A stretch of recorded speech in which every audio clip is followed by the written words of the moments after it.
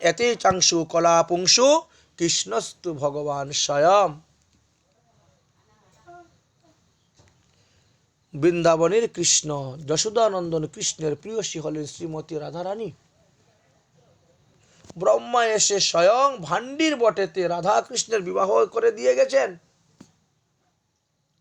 পরে না তিনি আয়ান ঘোষের গৃহে আয়ান গৃহিণী হয়েছিলেন।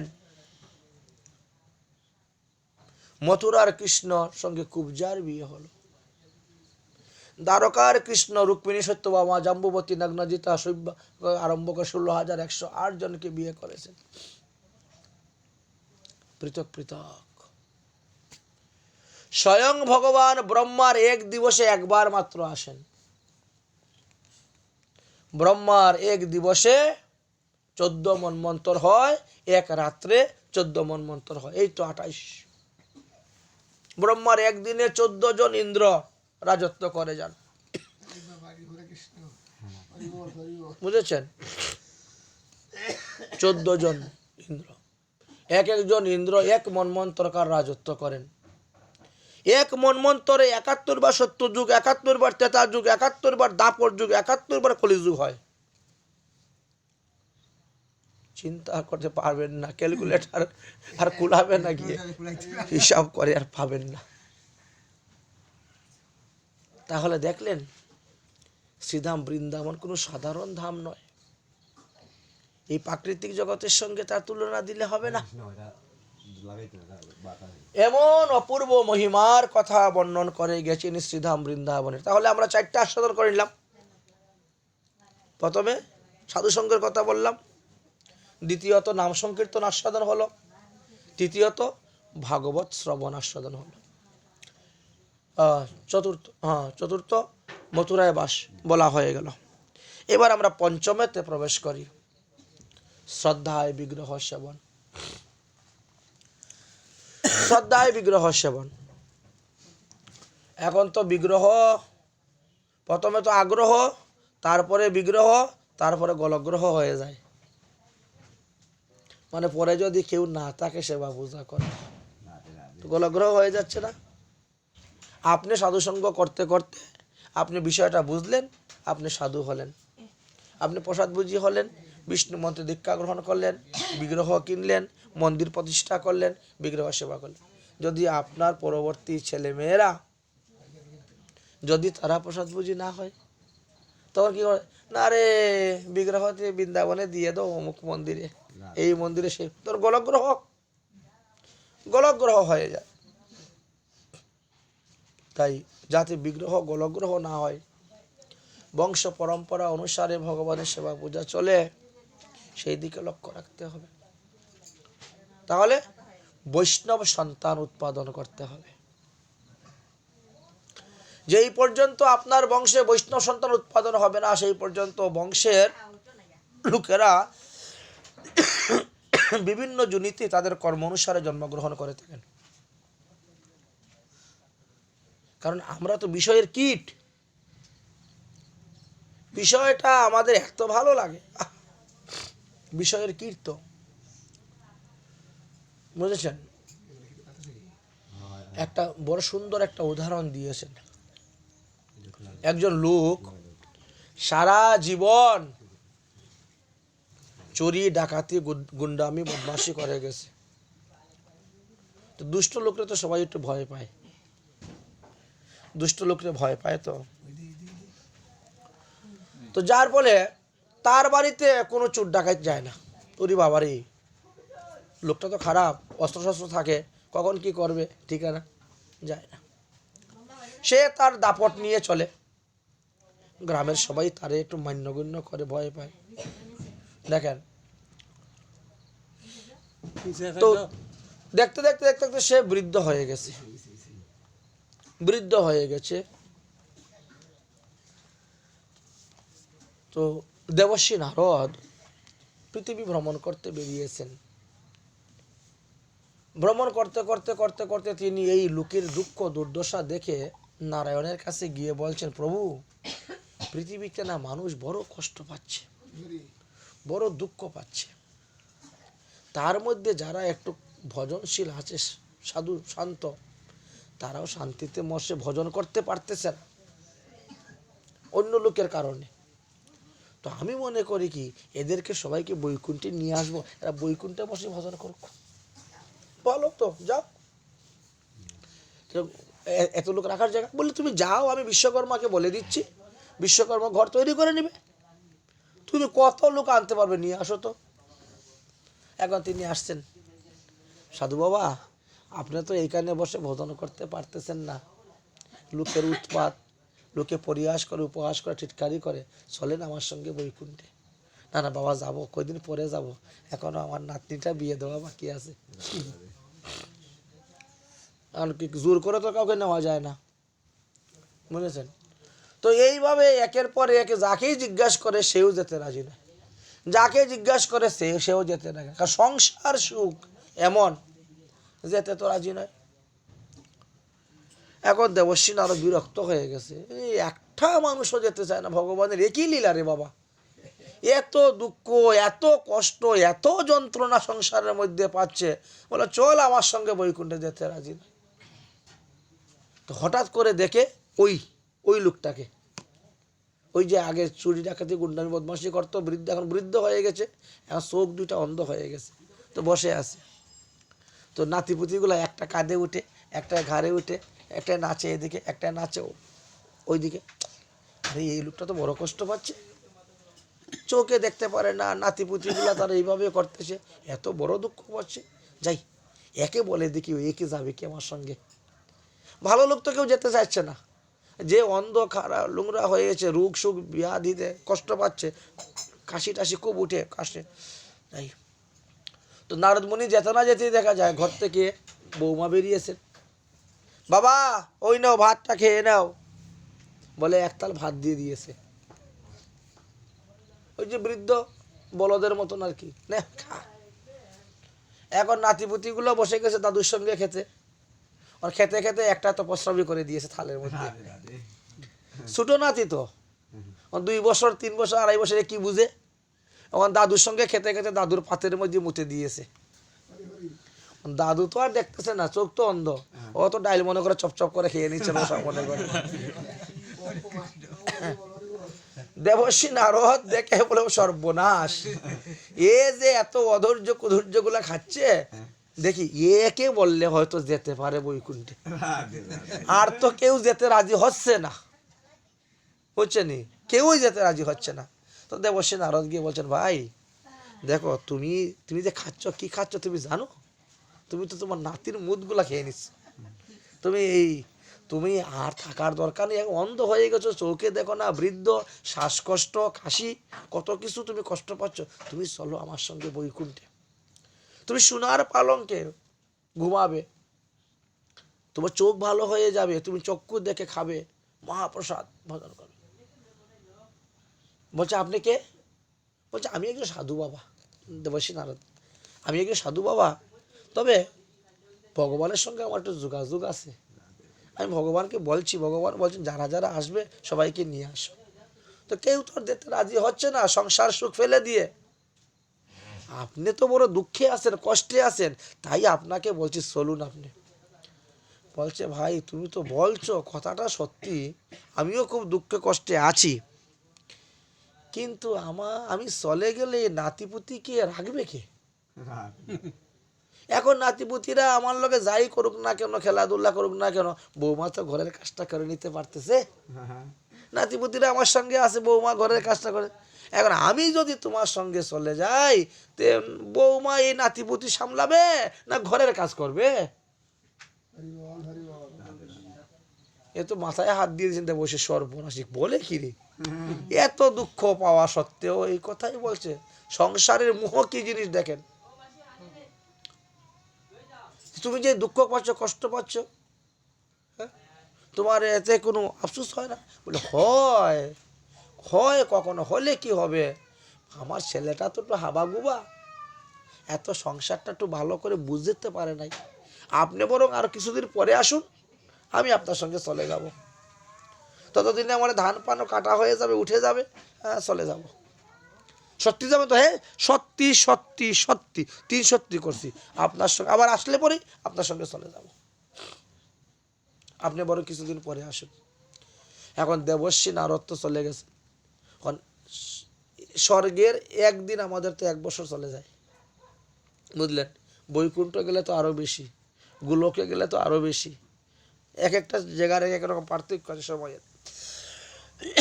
এখন বৃদ্ধটা চিন্তা করতেছে, সাধু বাবাকে তো কথা দিয়েছি, সাধু বাবা আসলে পরে তো এবার আর ছাড়বে না, আমারা তো নিয়ে চলে যাবে।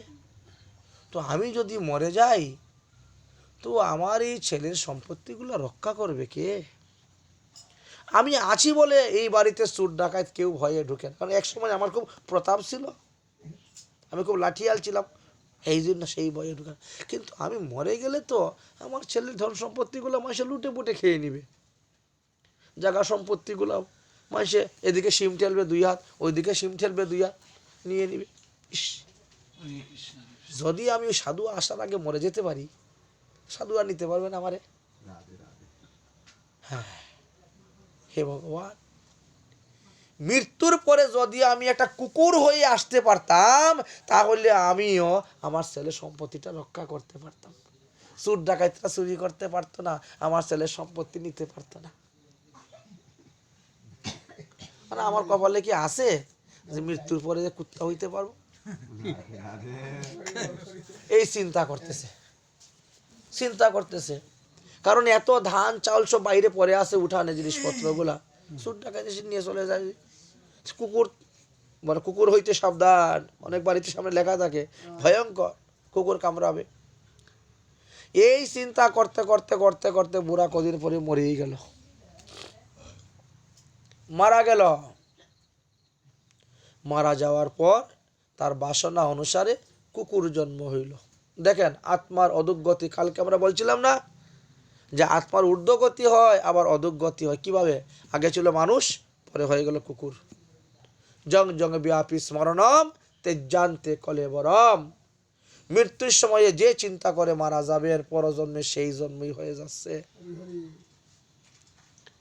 এইবার কুকুর জন্যই প্রাপ্ত হয়ে তো আসছেন, বেশ হৃষ্টপুষ্ট কুকুর, ঘা ঘা করে উঠে। মানুষ তো দিনের বেলা যেতেই ভয় পায়, এই বাড়িতে রাত্রি যাবে তো দূরের কথা, যে যায় একদম কামড়াই কুমড়াই হাত পা ছিলে নেয়, কাপড় চোপড়। কুকুরের ভয়ে এই বাড়িতে কেউ যায় না। দেবর্ষী নারদ ঘুরতে ঘুরতে হঠাৎ রে, ওই যে বলছিল ওই বাড়ির গৃহস্থটা আমার সঙ্গে যাবে, দেখি তো গিয়ে। দেবর্ষী নারদ এসে উপস্থিত, এসে তো দেখে বারিন্দায় আর বুড়োটা নেই। ও বৌমা, তোমার শ্বশুর মশাই কই গো? আমার শ্বশুর মশাই তো মারা গিয়েছেন, অনেকদিন হয়ে গেছে। হ্যাঁ, মারা গিয়েছে?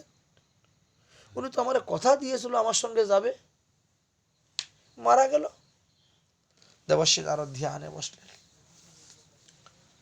ধ্যানে বসে দেখেন এই বাড়িরই কুকুর হয়ে জন্মগ্রহণ করেছে, ধন পাহারা দিচ্ছে, সম্পত্তি পাহারা দিচ্ছে।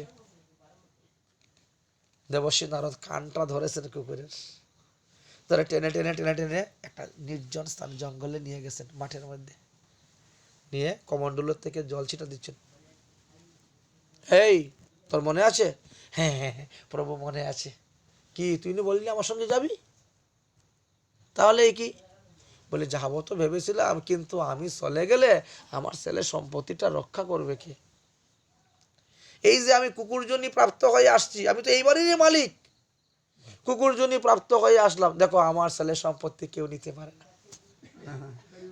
আসলেই আমি একদম কামড়াই কুমড়াই একবারে এমন করে দেই, কেউ একটা। আমার ছেলেরা দরজা জানালা খুলে দিব্যি ঘুমায়, আমার বৌমা, হ্যাঁ ছেলেরা সব দিব্যি ঘুমায় দরজা জানালা খুলে, কোনো ভয় নাই চোর ডাকাইতে। আমি আসি বলি তো, আমি যদি চলে যাই তা আমার ছেলে মেয়েরা কি এই সুখ পাবে? এই তুমি তো কথা দিয়েছিলে তুমি আমার সঙ্গে যাবে, বলে যাবো তো, আমি তো না করতেছি না, আমি আপনার সঙ্গে যাব, কিন্তু আরো কটা দিন পরে, আরো কিছুদিন পরে। এই যে বাইরে যা জিনিসপত্র দেখছেন পরে আছে, এই ধান চালগুলা বিক্রি করে টাকা টুকা ব্যাংকে রেখে দিবে, সেফটি হয়ে গেল, তারপর আমি আপনার সঙ্গে চলে যাব। আপনি আর কটা দিন পরে আসুন মহারাজ, যাবো আপনার সঙ্গে। সত্যি তো, সত্যি একেবারে 3 সত্যি করে রেখে দিয়েছে, সত্যি সত্যি। দেবর্ষী নারদ চলে গেলেন। এখন কুকুর বাইরের সম্পদ রক্ষা করতে করতে একদিন ঘরের ভিতরে তাকিয়ে দেখে বৌমার ভালো ভালো কাপড়গুলা ইঁদুরে কেটে নিচ্ছে গো। ঘরের ভিতরে ধান চাউল খাতা কম্বল সব ইঁদুরে কেটে নিচ্ছে। আর কুকুর ঘরে ঢুকলে তো মারে। এখনকার লোক নয়, এখনকার লোক তো কুকুর সঙ্গে করে নিয়ে ঘুমায়। হ্যাঁ, কিন্তু তখনকার তো কুকুর ঘরে ঢুকতে দিত না। আর কুকুর ঢুকতে গেলে মারে। হায় রে হায়, আমার বৌমা আমারই মারতেছে, আমার বৌমা সম্পদ নষ্ট করতেছে কুকুর, হ্যাঁ ইঁদুরে। হায় ভগবান, এই কুকুর জন্ম না হয়ে যদি একটা বিড়াল জন্ম আমার হইতো, তাহলে দেখে নিতাম কেমন করে ইঁদুরে আমার বৌমার শাড়িগুলা কাটে গো। এত সুন্দর সুন্দর দামি দামি শাড়িগুলা কেটে নিচ্ছে, খাতা কম্বলগুলা কেটে নিচ্ছে। হ্যাঁ, বিড়াল হইলে তো কেউ আর বাধা দিবে না ঘরে ঢুকতে। আমি আর কুকুর বলে আমাকে বাধা দিচ্ছে। এই মাথার মধ্যে ঢুকলো বুদ্ধি। এখন এই চিন্তাই করে সবসময়। একদিন কত এক দল ডাকাইতে এসে ঢুকেছে বাড়িতে। যখন ডাকাইতকে কামড় মারবে ঘা করে উঠেছে, বন্দুক দিয়ে দিয়েছে মাথার মধ্যে বাড়ি। আগেরকার দিনে 2 নালি বন্দুক ব্যবহার করতো না, কাঠের, একদম বন্দুক দিয়েছে মাথার বাড়ি। কুকুর তো মরে গেছে। মরে গেল, যমরাজার কাছে গেল, কি তার বাসনা ছিল মৃত্যুর পরে বিড়াল হতে, যাও তার বিড়াল জুনি দিয়ে পাঠাই দাও। আরো নিচে নামলো, মানুষ থেকে কুকুর, কুকুর থেকে বিড়াল, আরো নিচে নামলো। এখন তো সে বিড়াল, এখন ইঁদুর ধরে আর খায় ঘরের ভিতরে, তার আর চিন্তা নাই। দেবশ্রী নারদ ঘুরতে ঘুরতে আবার বলছে যাই তো দেখি তো, এইবার তো আর সারাসারি নাই, তাকে নিয়ে যাব। এখন এসে তার কুকুরকে দেখতে পাচ্ছেন না। ও বৌমা, আরে তোমাদের কুকুরটা কোথায় গো? বাবা বলো না, ডাকাত ঢুকেছিল, আমার কুকুরটাকে মেরে দিয়ে সব সোনা দানা সব নিয়ে চলে। কুকুরটা বড় ভালো ছিল গো, কুকুরটা যদি বেঁচে থাকতো তাহলে আমাদের আর এই কুকুরটাকে মেরে দিয়েছে। দেবশ্রী সিদ্ধান্ত, মারে যখন দিয়েছে তো মরে যাবে কোথায়? ধ্যানে বসে দেখলেন যে এই বাড়িরই বিড়াল। ওর নাতিপুতিগুলো তো বড় হয়ে গেছে, এই বিড়ালটাকে ধরে দিত আমাকে। এখন এরা এইদিক ওদিক দৌড়াদৌড়ি করে বিড়ালটা ধরছে, ধরে দিয়েছে দেবশ্রী নারদকে। বিড়ালটাকে কুলে করে নিয়ে আসছে, এসে জঙ্গলে বসে কমণ্ডলুর জলে ছিটাছে। এই তোর মনে আছে? হ্যাঁ প্রভু মনে আছে, আমি তো এই বাড়িরই মালিক ছিলাম, আমার বাসনার কারণে আমি কুকুর হয়েছি, এখন বিড়াল হয়েছে। চল চল, আর কত নিম্নগামী হবে, আর কত নিচে নামবে, চল। বলে যাবো, আর কয়টা দিন পরে। আবার কয়টা দিন পরে কেন? বলে এখনো কিছুটা ইঁদুর রয়ে গেছে, এগুলো মারতে পারি নাই। বড় চালাক, ধরতে গেলেই গর্তের ভিতরে ঢুকে যায়। সারা ঘর খালি এইখানে গাতা ওখানে গাতা, সব গর্ত করে রেখে দিয়েছি, ধরতে পারি না। ধরতে গেলেই গর্তের মধ্যে ঢুকে যায়। আপনি আর কটা দিন পরে আসুন, আমি ইঁদুরের বংশটাগুলো নাশ করব, তারপরে যাব। এখন দেবশ্রী নারদ আর কি করে, জোর করে তো নেওয়া যায় না কাউকে। সত্যি কিন্তু এইবার কিন্তু না, এইবার সত্যি যাব, চিন্তা করবেন না। এখন দেবশ্রী নারদ চলে গেছেন। এখন ইঁদুর তো ধরতে গেলেই ওই গর্তে চলে যায়, ইঁদুর ধরতে পারে না। এখন মনে মনে রাগ হচ্ছে, যদি আমি একটা সর্প হয়ে জন্মগ্রহণ করতে পারতাম, তাহলে গর্তের ভিতরে ঢুকে ইঁদুরগুলাকে খেয়ে নিতে পারতাম, দেখতাম কেমন করে আমার সম্পদ নষ্ট করে। দেখেছেন, কারণ গর্তের ভিতরে সর্প ঢুকতে পারে, ইঁদুরের গর্ত, গর্তের মধ্যে ঢুকে ঢুকে, এখন তো বিড়াল ঢুকতে পারে না। এই হলো তার নেশা। শুধু ওই নয়, আমাদের সবারই তাই, আমরা কেউ কম নয়, বুঝেছেন? তারপরে একদিন একটা একটা বৌমার সব জিনিস নষ্ট হয়ে যায়, তো তাই বৌমা দুধ দই ঘি ওইগুলো শিকার মধ্যে করে করে রাখে, শিকার মধ্যে তুলে তুলে রাখে বৌমা। এখন শিকায় তুলে রাখছে, ও দুধটা জাল দিয়েও শিকার মধ্যে তুলে রাখছে। এখন একটা ইঁদুর ওই মাখন খাওয়ার জন্য, ঘি খাওয়ার জন্য আসছে দড়ি দিয়ে। বিড়ালটা নিচের মধ্যে বসে আছে, যদি একটু পরে যায় খাপ করে ধরে ফেলবে বিড়ালটা ইঁদুরকে, বসে আছে। কিন্তু ও ওখানে লাফালাফি করতে করতে খেতে খেতে ঘিয়ের গন্ধে ওই শিকার রশি কেটে দিয়েছে। গরম দুধ উতলে পড়ে গেছে উল্টে, বিড়ালটাই গেল মরে, মরল। কিন্তু বাসনা অনুসারে সর্প হয়ে জন্মগ্রহণ করে আসলো। এসে ওই গর্তের মধ্যে ঢুকে ইঁদুরের গুলা খায় আর ধানের গুলার মধ্যে সারাদিন ঘুমায়। সম্পত্তি, আমার সম্পদ, আমার ছেলের এতগুলো ধান চাল, বুঝেছি, সম্পদ রক্ষা পাহারা দেয়, সারা রাত্রি বাড়ির চতুর্দিকে পাহারা দেয়, যে আসে মেরে দেয়। ওরে বাবা রে, এই বাড়ি সাপের উৎপাত আছে রে, কখন দিবে মেরে দিবে, কেউ যায় না। দেবর্ষি নারদ কিছুদিন পরে আসলেন, এসে ও বৌমা, আরে তোমাদের বিড়ালটা কোথায় গো? আর বলো না বাবা, কেমন করে দুধের গরম দুধ রেখেছিলাম, শিকার মধ্যে পড়ে গেছে, বিড়ালটাও মরে গেছে। বড় ভালো ছিল গো বিড়ালটা গো, যতদিন বিড়াল ছিল আমার ইঁদুরের কোনো উৎপাত ছিল না। কোথায় গেল রে বিড়ালটা মরার পরে? এখন তিনি ধ্যানস্থ হয়ে দেখেন যে বিরাট বড় সর্প হয়ে ওই ধানের গুলার উপরে আরামসে ঘুমাচ্ছে, ইঁদুর টিঁদুর খেয়ে আরামসে ঘুমাচ্ছে। এখন নাতিপুতিগুলা তো বড় বড় হয়ে গেছে, এক একটা 15 বছর, 20 বছর, 30 বছর এক একটা হয়ে গেছে, অনেক বড় বড় হয়ে গেছে। এই তোরা সবাই দেখায়, তোরা কিন্তু তোদের ধানের গুলাতে যাবে না। কেন যাবো না? আমাদের ধানের গুলা আমরা যাবো না কেন? এবার কেমন কথা? আর তোরা জানিস না ওখানে একটা মহাসর্প, একটা কাল সর্প আছে, কাল নাগ, ওই ধান বের করবে, বিক্রি করতে যাবি, তোদেরকে কামড় মারবে, মরবি নাকি খবরদার। তা আমরাই ওকে মেরে দিব, আমরা মরবো কেন ওর কামড়ে? এখন তো 25 বছর 30 বছর এক একটা হয়ে গেছে, সব জোয়ান জোয়ান লড়ে যায়। লাঠি লো, ব্যাটারি, 3 ব্যাটারি টর্চ লাইট, আগেরকার দিনে দেখেন না, 3 ব্যাটারি 5 ব্যাটারি টর্চ লাইট, লাঠি লিয়ে টর্চ লাইট লিয়ে দেখে দে মার শুরু হয়েছে, মার দিতে শুরু করেছে। দেবসে এরে কই, আর মারিস না, আর মারিস না, আর মারিস না, দে দে, ওটা আমাকে দিয়ে দে, আমি চলে যাব। মারতে মারতে ওর ঘাড় কোমর সব ভেঙে দিয়েছে, মানে এখন আর উঠে আর ফস করতে পারে না। দেবশ্রী নারদ লেজের মধ্যে ধরে টেনে টেনে টেনে টেনে জঙ্গলে নিয়ে গেছেন, গিয়ে জলছিটা দিয়েছেন। এই কিরে? না এখন চলে যাব। বলে এখন কেন?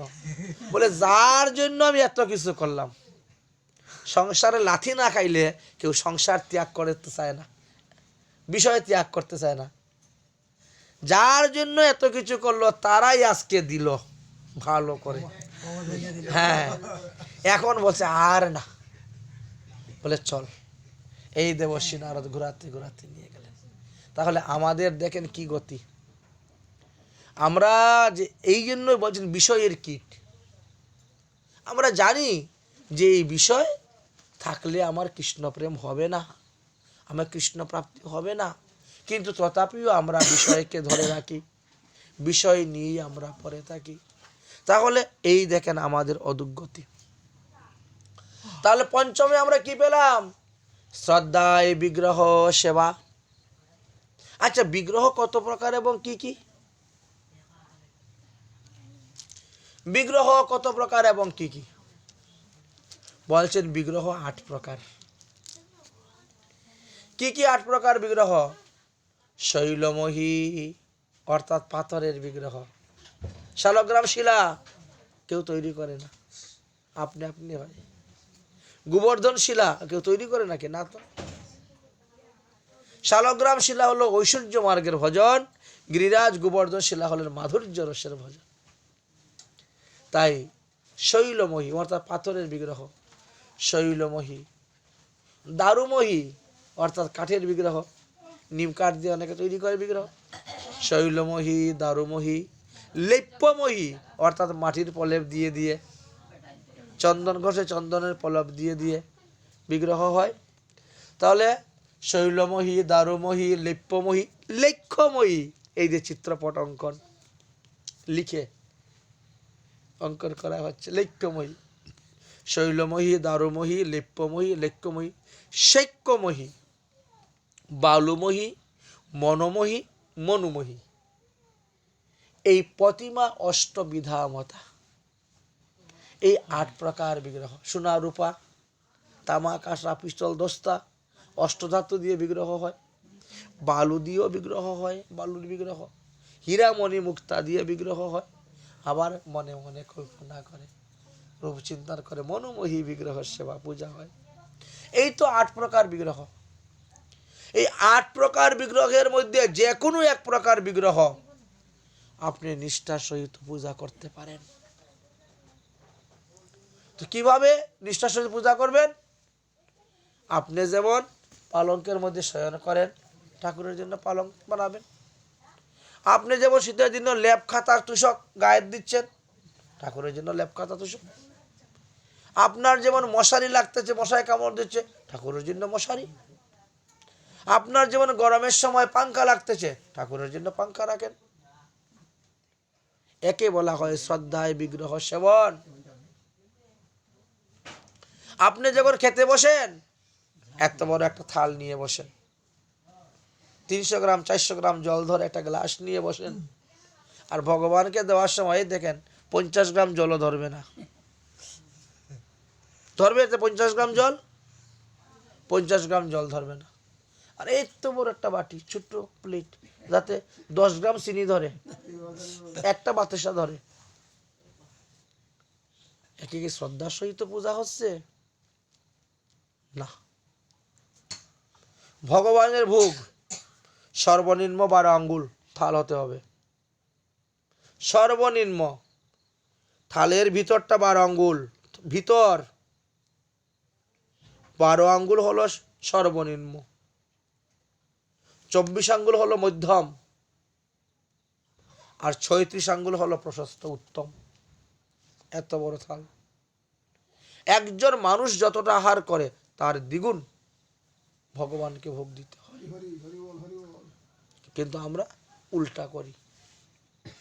তাহলে শ্রদ্ধার সহিত বিগ্রহ সেবা আমাদের কোথায় হচ্ছে? শ্রদ্ধায় বিগ্রহ সেবা। এই দেখেন খারেশ্বরী, ওই দাঁড়িয়ে দাঁড়িয়ে ঠাকুর ঘুমাবে, তুমি তো পালঙ্কে আরামে ঘুমাচ্ছ, ভগবান দাঁড়িয়ে। এটাও তো বিগ্রহ, বললেন না? এটাও বিগ্রহ। তাই শৈলময়ী, দারুময়ী, লেপ্যময়ী, লৈক্যময়ী, শেক্যময়ী, ধাতুময়ী, মনুময়ী, মণিময়ী, প্রতিমা অষ্টবিধা মতা, এই 8 প্রকার বিগ্রহ কি শ্রদ্ধা সহিত পূজা করতে হবে, ভক্তি সহিত পূজা করতে হবে, প্রেমের সহিত পূজা করতে হবে। তুমি যা কিছু খাবে ভগবানকে ভোগ দিয়ে নিবেদন করে খাবে, ভগবানের অপ্রসাদী খাবে না। ভগবানকে অনিবেদিত করে খেলেই এটা চুরি করে খাওয়া হচ্ছে। চুরি করার ফল আমাদেরকে ভুগতে হবে। ভগবানের জিনিস ভগবানকে দিয়ে খাবো, আমাদের কি জানেন না তো ভগবানের প্রসাদের কি মহিমা? প্রসাদে সর্ব দুঃখ হানির স্বাদ। প্রসাদের যে কত মহিমা এটা মানুষ বুঝে না। ভগবানের প্রসাদ খেয়ে 5 দিন জীবিত থাকা ভালো, 5 দিন মরি যাই না, তাতে কি হলো? ভগবানের প্রসাদ খেয়ে, অপ্রসাদ খেয়ে 50 বছর, 100 বছর, 500 বছর জীবিত থাকলেও কোনো লাভ হবে না। আপনাদেরকে একটু প্রসাদের মহিমার কথা বলি। কি গো মা, পায়ে ধরছে নাকি? কষ্ট হচ্ছে? চলে যাবি? বস, 2 মিনিট বস। মনে করেন আজকে তো দ্বিতীয়া না, আজকে দ্বিতীয়া চলতেছে, তৃতীয়া আরম্ভ হয়ে গেছে, দ্বিতীয়া শেষ। যাই হোক, দেখেন ভগবানের প্রসাদের মহিমা। আপনি প্রতিপদ দিন আপনার ঘরে ঠাকুর আছেন, আপনি প্রতিপদ দিবসে একটু গব্যঘৃত আনবেন, এনে ঠাকুরকে ভোগ দিবেন। ওই যে গ্লাস আছে, এই গ্লাসই মনে করেন 1 গ্লাস বা আধা গ্লাস ঘি, শুধু ঘি ভগবানকে ভোগ দিয়ে দেন, বা অন্যের মধ্যে দিতে পারেন। এই যে ভোগটা আপনি নিবেদন করলেন ভগবানকে, প্রসাদ,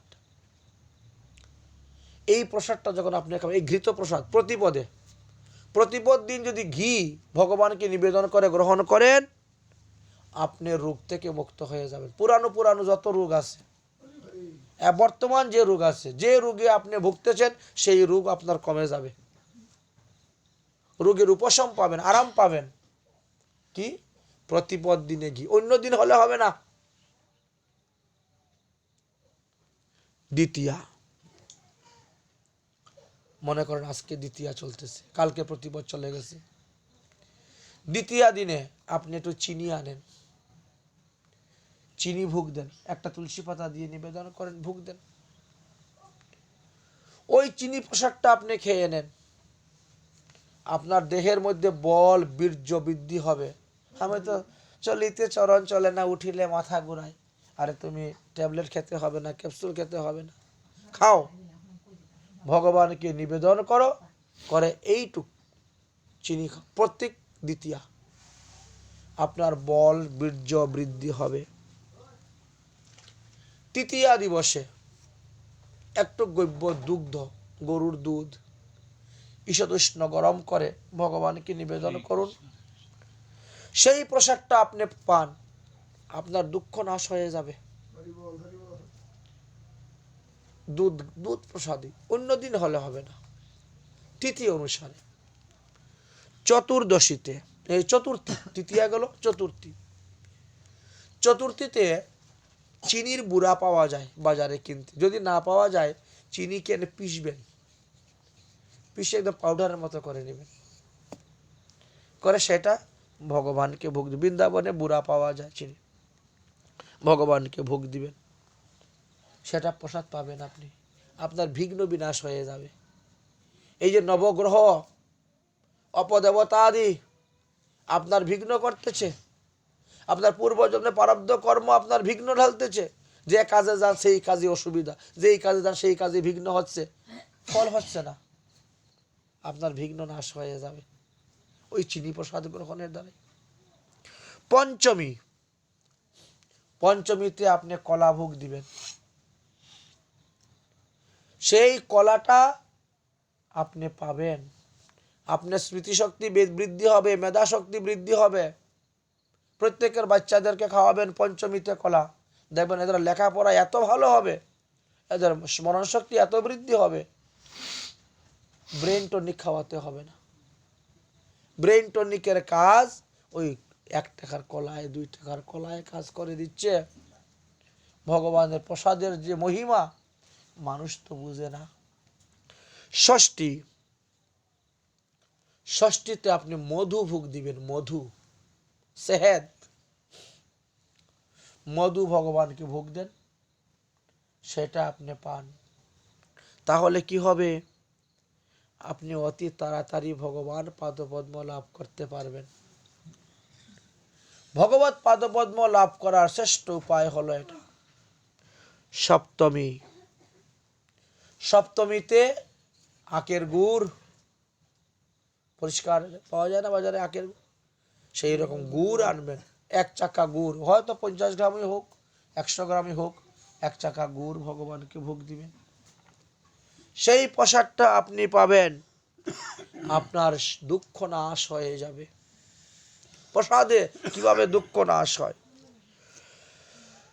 সপ্তমী গেল। অষ্টমী, অষ্টমীতে খই প্রসাদ, খই, খইয়ের লাড্ডু অনেকে দেয় না ভোগ, বা এমনি খইও, অষ্টমী দিবসে খই ভোগ দিবেন, খই ভোগ দিয়ে আপনি প্রসাদ পাবেন, আপনার তিতাব জ্বালা নাশ হবে, আদি দৈবিক আদি ভৌতিক আধ্যাত্মিক এই তিতাব জ্বালা নাশ হয়ে যাবে। নবমী দিবসে, নবমীতে আপনি নারকেল ভোগ দিবেন বা নারকেলের লাড্ডু ভোগ দিবেন, প্রসাদ পাবেন, আপনার দেহের মধ্যে সৎসাহস বৃদ্ধি হবে।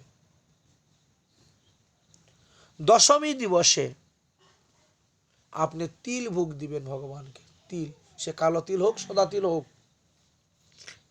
তিল দিয়ে পিষে আপনি বড়া করে দেন, পকোড়ি করে দেন, তিলের লাড্ডু করে দেন, তিল ভোগ হওয়া চাই। তাহলে কি হলো? বলছেন তাহলে আপনার জম লোক নিবারণ হয়ে যাবে, জমের দুয়ার বন্ধ হয়ে যাবে, আপনাকে আর জমালয়ে যেতে হবে না। কেন?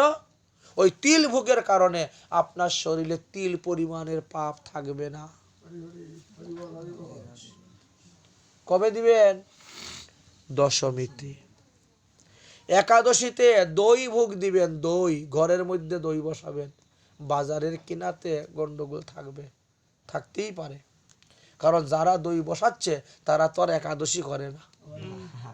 তো তারা ভাতও খাইবে, এদিকে কাজও করবে, পানও খাইবে, এদিকে বিড়ি টানবে, এদিকে মিষ্টিও বানাবে, হ্যাঁ সবই করতেছে, দইয়ের জাল দিচ্ছে, তো গন্ডগোল তো থাকতেই পারে। কারণ রসগোল্লা বানাতে গেলে তো একটু আটা ময়দা দিতে হয়, ময়দা টয়দা, বুঝেন না? এই এক হাতে তো সব কিছু হয়। এই জন্য ঘরে বসাবেন, ঘরে বসাবেন। এই মহাত্মা আছে, খুব জোর করছেন আমার দই খাওয়ার জন্য, বুঝছেন নি? দুপুরবেলা খুব জোর করছেন, বলছেন আমি তো খাই, তুমি খাইলে কি? বুঝেছেন? পরে আমি বলছি পরে বুঝবেন, আরো কিছুদিন বৃন্দাবনে গিয়ে বাস করেন, তারপরে বুঝবেন। এখন বুঝবেন না কেন বাজারের দই খাই না, কেন বাজারের মিষ্টি খাই না, রসগোল্লা খাই না। কারণটা কি? তুমি বানাও, খাবো। তুমি তো প্রসাদ বুঝি বৈষ্ণব, তুমি বানাও, 1 কেজি মিষ্টি বসে খেয়ে যাবো, তোমার 200-250 টাকা লোকসান করে দিব। কিন্তু বাজার থেকে 5 টাকা দিলেও এনে খাবো না।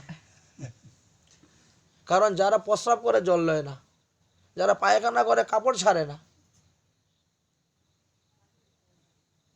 তো তারা তৈরি করতেছে। জিনিসগুলো বুঝতে হবে তো। আচ্ছা, তাহলে যদি আমরা একাদশী দিনে মানে দশমীর দিনে আমরা দই বসাই, একাদশী দিনে সেই দই ভগবানকে ভোগ লাগাই, লাগিয়ে তুমিও পেতে পারবে একাদশীতে, তাহলে তোমার সম্পত্তি লাভ হবে। সম্পত্তির জন্য দুর্গা পূজা করতে হবে না, আর লক্ষ্মী পূজা করতে হবে না। বৃন্দাবনে গিয়া দেখো তো, কেউ লক্ষ্মী পূজা তো করে না, তো তারা কি ভিখারি নাকি? পাক্কা ঘর ছাড়া কারো ঘর নাই, সবারই 2 তলা 3 তলা 5 তলা বিল্ডিং। আর এত তো এই দেশে দেখি যে লক্ষ্মী ছাড়া কোনো গতি নেই, সবার ঘরে লক্ষ্মীর একটা আসন চাই, লক্ষ্মীর ফটো চাই। লক্ষ্মী পূজা না করলে সম্পত্তি আসবে না। এদের সম্পত্তি কেমন করে আসে? লক্ষ্মী তো বৃন্দাবনে ঢুকতেই পারে নাই, লক্ষ্মী বৃন্দাবনে ঢোকার অধিকারই পায় নাই, যমুনার ওই পারে বেলবনে পড়ে আছে। লক্ষ্মী আসছিলেন রাসলীলাতে, কৃষ্ণের সঙ্গে অংশগ্রহণ করতে পারেন নাই। হাজার হাজার বছর ধরে বসে তপস্যা করতেছেন লক্ষ্মী, কৃষ্ণকে পাবেন বলে, পান নাই। কারণ অহংকার, অভিমান। আমি নারায়ণের বক্ষ বিলাসিনী লক্ষ্মী, আমি বৈকুণ্ঠের লক্ষ্মী, আমি কৃষ্ণের সঙ্গে রাসলীলা করবো, বলে হবে না। গোপীর আনুগত্য বিনা ঐশ্বর্য জ্ঞানে ভজিলে নাহি পাইবে ব্রজেন্দ্র নন্দনে। যতক্ষণ পর্যন্ত গোপীর আনুগত্য স্বীকার করবেন না, ততক্ষণ পর্যন্ত গোবিন্দকে পাওয়া যাবে না। লক্ষ্মী বলছেন আমি গোপীর আনুগত্য স্বীকার করবো না, আমি তপস্যা করলাম, করতে বসো। এখন পর্যন্ত বসেই আছেন লক্ষ্মী, তপস্যা করে যাচ্ছেন, চিন্তা করেন। যাই হোক, তাহলে সম্পত্তি লাভের জন্য একাদশী দিন দই ভগবানের ভোগ দিবেন, দিয়ে প্রসাদ পাবেন, সম্পত্তি লাভ হবে। দ্বাদশী দিন সকালে আপনি পালন করবেন, একটা চিরাভোগ দিবেন ভগবানকে। দ্বাদশীতে যদি চিরাভোগ দেন, কৃষ্ণ ভক্তি আপনার উৎপন্ন হবে, অতি সহজেই ভক্তি আপনার হৃদয়ে এসে বাসা করবেন কৃষ্ণ। ত্রয়োদশীতে আপনি ছানা ভোগ দিবেন, পনির ভোগ দিবেন, তাহলে আপনার বংশ বৃদ্ধি হবে, প্রজা বৃদ্ধি হবে, এই বংশের ছেলে সন্তান বেশি হবে। যাদের দেখো 2টা 3টা 4টা খালি মেয়েই হচ্ছে, বলে এই ত্রয়োদশীতে ছানা ভোগ দে ভগবানের, পনির ভোগ দে, দিয়ে প্রসাদ পা, দেখবে পাল্টে যাবে, পুত্র সন্তান হয়ে আসবে। ত্রয়োদশী। চতুর্দশীতে ছাতু, চানা মুগ মটর এগুলো ভাজে না, পিষে ছাতু ভোগ দিবেন, বিষ্ণুলোক প্রাপ্ত হতে পারবেন। আর অমাবস্যার পূর্ণিমাতে মিষ্টান্ন ভোগ দিবেন। মিষ্টান্ন বুঝলেন তো, পায়াস, পরমান্ন, নানি আবার ক্ষীরও হয় কেউ। তাহলে কি হবে? আপনার পিতৃলোক উদ্ধার হয়ে যাবেন। আপনার বংশের কেউ, আপনার পিতৃপুরুষের মধ্যে কেউ যদি নরকে পড়ে থাকে, সে নরক থেকে উদ্ধার হয়ে যাবে।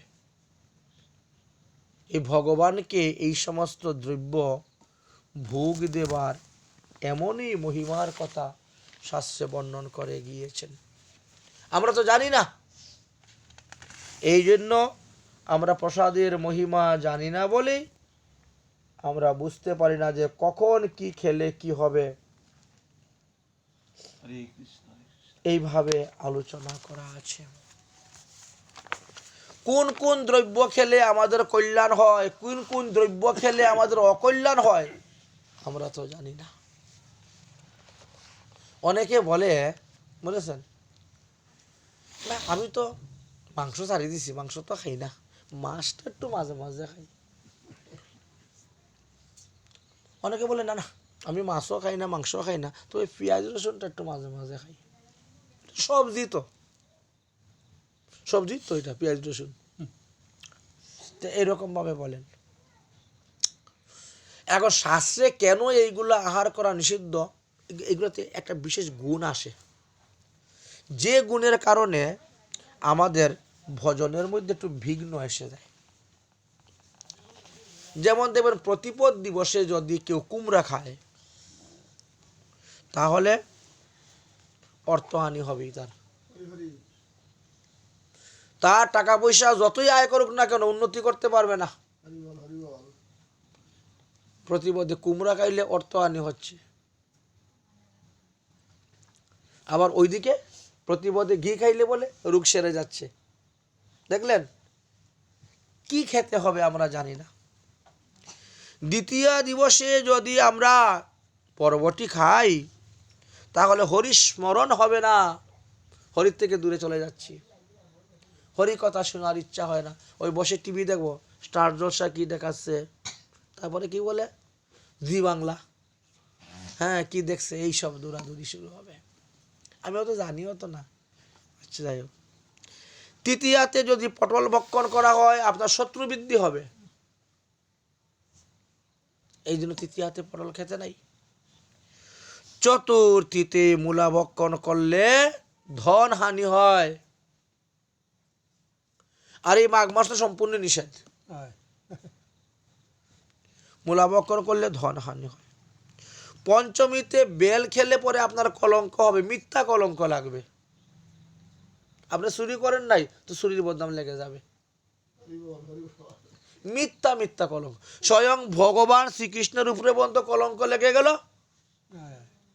ভগবান শ্রীকৃষ্ণ তো সত্রাজিৎ রাজার মণি চুরি করেন নাই, তারপরও তিনি এই তো কৃষ্ণ আমার বাইকে মেরে এই মণিটা চুরি করে নিয়ে গেছে। কত বড় কলঙ্ক কৃষ্ণের উপর লেগে গেছে।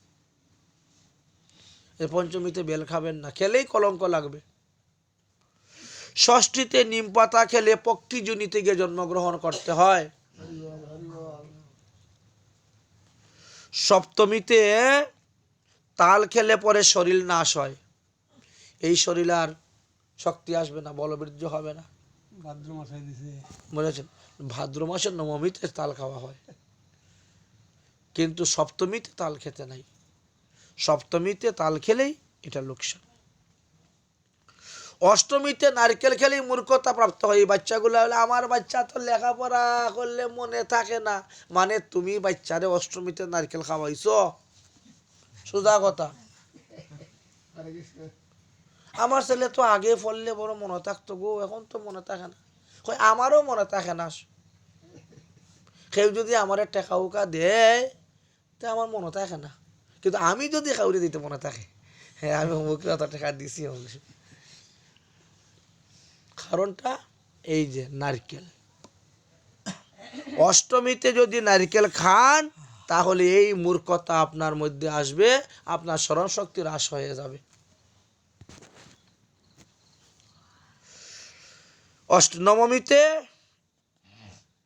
নবমীতে লাউ, কোন লাউ? গুল লাউ, পেলের মতন স্তনের মতন যে একটা গুল লাউ দেখা যায় না, না পানি লাউর মতো, হ্যাঁ গুলটা খেতে নেই।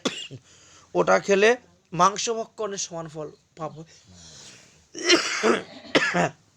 দশমীতে কলমি শাক খেতে নাই, গু হত্যা গুবৎ সমান পাপ হয়। একাদশীতে তো পঞ্চরবিশস্য ভক্ষণ করা নিষিদ্ধ।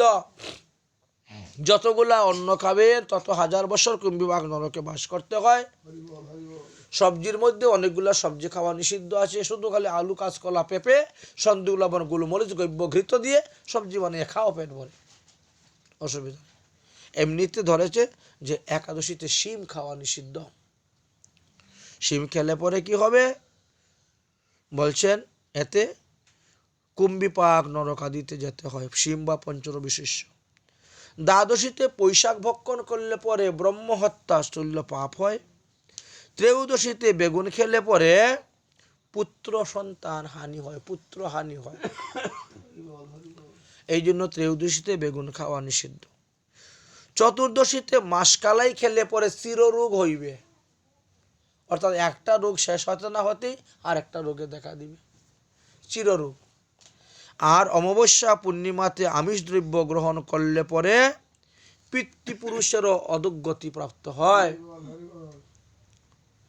মা কালীও রক্ষা করতে পারবে না, বলে আজকে তো অমাবস্যা, মা কালীর তো খুব ভালো দিন, হবে না। তাহলে খাবারের উপরে আমাদের কেন এত শাসন? বললেন যে আহার শুদ্ধ হইলে পরে তো মন শুদ্ধি হবে রে, শরীর শুদ্ধ হবে।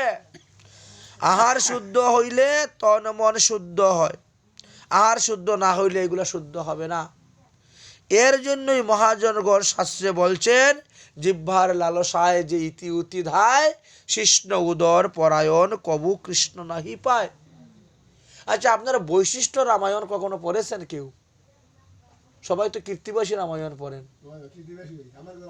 আর বাল্মীকি। আচ্ছা, বৈশিষ্ট্য রামায়ণটা একবার খুলবেন তো, দেখবেন তো। ওখানে লেখা আছে যে দাপর যুগে ও ত্রেতা যুগ, যজ্ঞ, ত্রেতা যুগের শেষের দিকে সমস্ত মুনি ঋষিগণ একত্রিত হয়ে একটা গোমের যজ্ঞ করেছিলেন। তো গোমের যজ্ঞ মানে একটা, যে গরুটা হাল চাষ করতে পারে না, বৃদ্ধ হয়ে গেছে, সেই গরুটিকে তারা যজ্ঞকুণ্ডের মধ্যে ফেলে দিতেন মন্ত্রপুত করে। ওই গরুটা মন্ত্র শক্তির দ্বারা ও একদম জোয়ান তরতাজা একটা ষাঁড় হয়ে বেরিয়ে চলে আসতো যজ্ঞ থেকে। আমাদের মুনি ঋষিরা যে গোমের যজ্ঞ করতেন, এতে গু বধ হতো না, গু হত্যা হতো না। বৃদ্ধ গরুকে নব যৌবন দান দেওয়া হতো, যাতে সে আরো বেশি দিন গৃহস্থের কাজকর্ম করতে পারে। এবার বুঝতে পেরেছেন, আমাদের যে গোমের যজ্ঞ, এটা ওই মুসলমানদের মতো কুরবানির গরু কাটার মতো নয়। মানুষে জানে না তো, বলে তোমাদের তো গোমের যজ্ঞ ছিল। সত্যি তো, মানুষ উল্টা বুঝে নেই। কিন্তু আমাদের গোমের যজ্ঞ ছিল তার যৌবন দান করা। এই যে এই বুড়োটাকে যদি এখন 15 বছরের সুরা বানিয়ে দেওয়া যায়, যুবক বানিয়ে দেওয়া যায়, তাহলে দেখেন তো ইনি আরো কতদিন সংসারের কাজ করতে পারবে। তো এই ছিল মন্ত্র শক্তি। তো যখন সমস্ত মুনিগণ মিলে, ঋষিগণ মিলে একটা যজ্ঞকুণ্ড তৈরি করে তারা যজ্ঞের আরম্ভ করছেন, যজ্ঞের পূর্ণ আহুতি যখন দিবেন, তখন সবাই মিলে ওই বুড়া গরুটা উঠতে পারে না, চলতে পারে না, বুঝেছেন, ধরে নিয়ে যজ্ঞকুণ্ডে ছেড়ে দিয়েছেন। ছেড়ে দিতে মন্ত্র স্বাহা স্বাহা শুরু হয়েছে। এই গরুটা উঠে আসে না কেন রে? নবযৌবন প্রাপ্ত হয়ে তো সে চলে আসবে কুণ্ড থেকে বেরিয়ে, আসে না কেন? দেখতো দেখ, আরে গরুটা তো পুরো মরে যাচ্ছে রে, বলিস কি। তাড়াতাড়ি জল ঢাল। আগুন বন্ধ করে ধরে তুলেছেন, গরুটা হাবাতে মরেই গেছে। সর্বনাশ, গুহত্যা পাপ হয়ে গেছে, আর যজ্ঞ করা যাবে না। এই তো যজ্ঞ বন্ধ। এই জন্য তারপরে যজ্ঞর মহিমা ছিল না, তাতেই শেষ, আর যজ্ঞ করা যাবে না। কি হলো, এরকম হলো কেন? নিশ্চয়ই কোনো দ্রব্য দোষ হয়েছে, বা স্থান দোষ হয়েছে, বা মন্ত্র দোষ হয়েছে। হয়েছিল কি, ওই দুষ্ট কলি গাছের উপরে বসে আছে, ওখান থেকে প্রস্রাব করে দিয়েছে যজ্ঞকুণ্ডে, অপবিত্র করে দিয়েছে যজ্ঞকুণ্ড। তাহলে তো মন্ত্রের কাজ হবে না,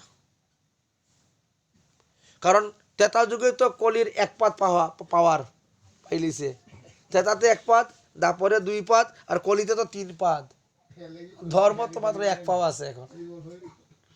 তো কলি আগেই দেখে নিল যে দেখি আমার প্রভাবটা দেখি, 1 পাদ যখন পাইছি একটু খাটাইয়া দেখি। এখন তো ঋষিরা এখন কি করি বলে গরুটাকে এক কাজ করে মাটিতে সমাধি দাও, বড় গর্ত করে মাটিতে সমাধি দিয়ে এখন কি করব, চলো আমরা তীর্থ ভ্রমণে যাই, তীর্থ ভ্রমণ করে গোহত্যা পাপ থেকে আমরা মুক্ত হই। গোহত্যা পাপ হয়েছে, অতএব তীর্থ ভ্রমণে যেতে হবে, তীর্থ ভ্রমণ করে এই পাপকে আমাদের মুক্ত করতে হবে। এখন পাপকে মুক্ত করার জন্য তারা তো রওনা হয়ে গেছে। কলি বেটা দেখলো যে আশেপাশে আর কেউ নাই, এইবার গাছ থেকে নামছে, নেমে মাটি কুড়ে ওই গরুটাকে বের করেছে, করে এটা তো মরা গরু, কেটে টুকরা টুকরা টুকরা টুকরা করছে, করে এক এক টুকরা এক এক জায়গাতে লাগিয়েছে। গরুর শিং যেখানে লাগিয়েছিল সেখান থেকে চিচিঙ্গা জন্ম নিয়েছে। চিচিঙ্গা চিনো তো, উনি সবজির দোকান করে, উনি ভালো চিনে। পৈঠা কেউ বলে, কেউ বলে কুশি, তোমাদের কি বলে? যাই দুটাই বলেন, আমি দেখছি এক এক জায়গায় এক এক নাম। তাহলে গরুর শিং থেকে জন্ম নিয়েছে চিচিঙ্গা, এই জন্য চিচিঙ্গা খেতে নাই, ভগবানের ভোগ দিতে নাই। আচ্ছা, চিচিঙ্গার জন্ম নিল। গরুর কান হইতে তামাক পাতা জন্ম নিয়েছে। তামাক খেতেন না আগেরকার দিনে, তো ফসিউকার খুব প্রচলন ছিল, আছে কমই গেছে এখন। আচ্ছা, এই তামাক পাতা জন্ম নিয়েছে। গরুর মাংস হইতে পেঁয়াজের জন্ম, ওই যে কেটে কেটে এক এক জায়গায় লাগিয়েছিল ওখান থেকে এক এক রকম গাছ উঠেছে। আচ্ছা, গরুর চর্বি, এই যে তেল শরীরের আগুনে পুড়ে গেছে না, তেল বেয়ে যাচ্ছে মাংস থেকে, এই যে গরুর তেল বা চর্বি, তার থেকে জন্ম হয়েছে রসুনের। গরুর রক্ত হইতে মুসুরি ডাইলের জন্ম। আমাদের কিছু সম্প্রদায় আছে এরা মুসুরি ডাল শুক্রবারে না হইলে হয় না, এদের শুক্রবারে মুসুরি ডালের ভোগ লাগাইতে হয়। জন্ম গরুর রক্ত থেকে। গরুর লিঙ্গ হইতে গাজরের জন্ম। গরুর এন্ড্রকুশ হইতে ছোট কাটা বেগুনের জন্ম। গরুর পেট হইতে ওই যে গুল্লাউ, ওই জন্য মমিদিন লাউ খাওয়া নিষিদ্ধ বলছিলাম না, এই যে গুল্লাউ নিষিদ্ধ। গরুর লেজ হইতে কফি জন্ম হয়েছে। গরুর কিডনি হইতে বিট, বিট বিক্রি করে তো, হ্যাঁ বিট খুব তাগত আছে, মানুষের রক্তের জন্য খায়, বিট খেলে রক্ত হয়। গরুর নারী হইতে, নারী বুড়ি হইতে পুঁইশাকের জন্ম। পুঁইশাক, লাল শাক, রাঙ্গা শাক, কাটা নইটি আদি, এই যে এইগুলো, এই জন্য এইগুলাকে খেতে নাই। এইগুলা যদি খান আবার আপনি হরিভজনও করেন, বৃদ্ধি হবে না, বৃদ্ধি হবে না, বুঝেছেন? বৃন্দাবনের সপ্ত দেবালয়ে, বৃন্দাবনের সপ্ত দেবালয়ে এই জন্য এইগুলা ভোগ লাগে না। এখন আমি তো কারো মতের কথা বললাম না, আমি শাস্ত্রে যা পাইছি তা বলতেছি।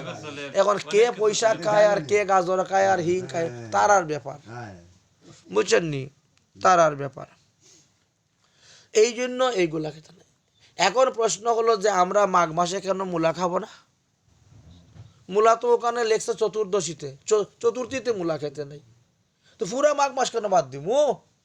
একদিন বাদ দিলেই তো হয়। বললেন দেখেন, গণেশের দাঁত হইতে এই মাসেই মূলার উৎপত্তি হয়েছিল। মূলার উৎপত্তি হয়েছে গণেশের দাঁত থেকে। গণেশের তো হাতির মাথা, দাঁত দেখেন না বেরিয়ে আসে।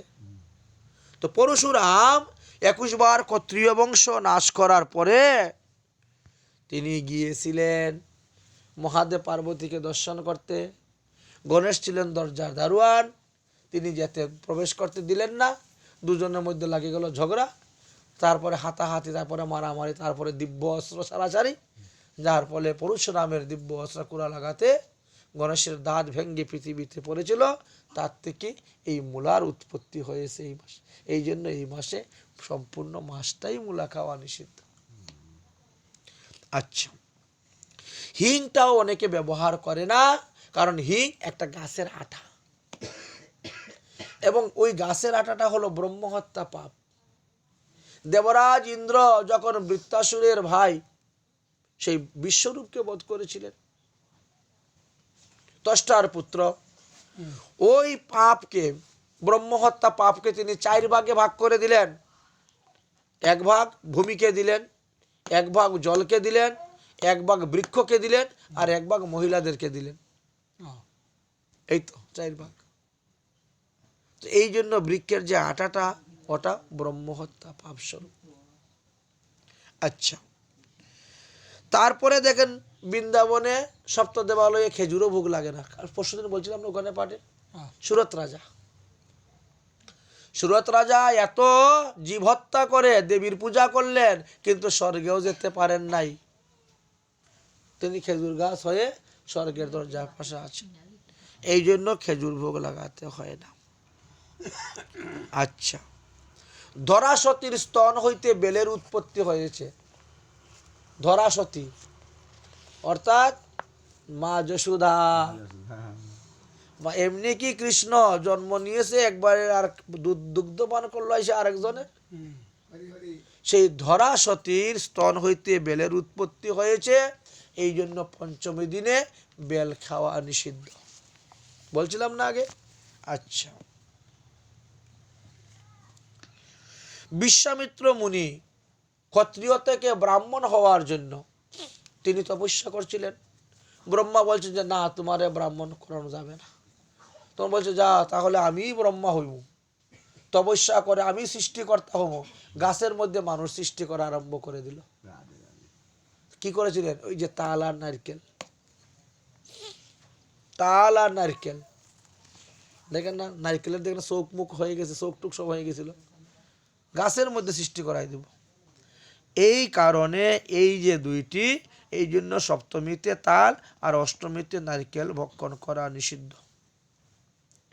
দুর্গা এবং মহিষাসুরের মধ্যে যখন যুদ্ধ হয়েছিল, সেই যুদ্ধের সময় মহিষাসুরের বিষ্ঠা হইতে উলের উৎপত্তি হয়েছে, চাকি উল। এই জন্য উলের মধ্যে যেটা চাকি উল, সেটা ভগবানকে দেওয়া হয় না, ওটা মহিষাসুরের বিষ্ঠা হইতে উৎপন্ন। বুঝেছেন? আর মহিষাসুর সঙ্গে যুদ্ধ করে অস্ত্র মেরে দিয়েছেন মহিষাসুরকে, তখন তার চোখের থেকে জল পড়তে শুরু হয়েছে।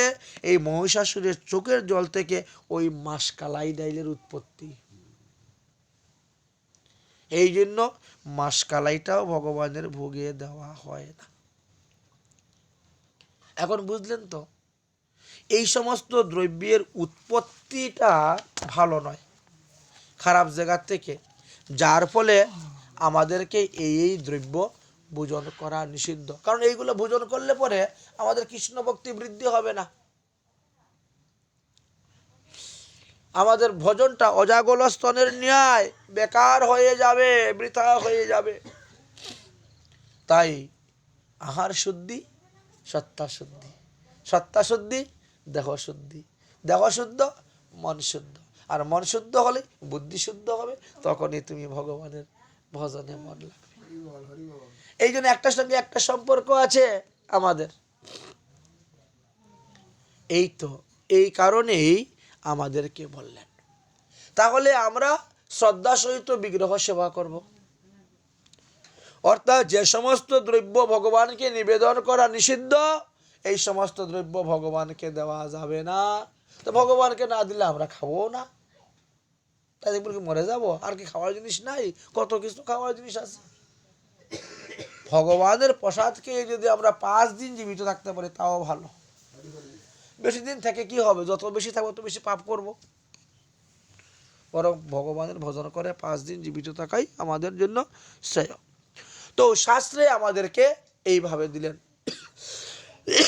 তারপরে তো আরো আসবে, এই যে ভগবানের নিবেদন করা হয়, আমরা প্রথমেই বলছি যে এইভাবে ঢেকে রেখে নিবেদন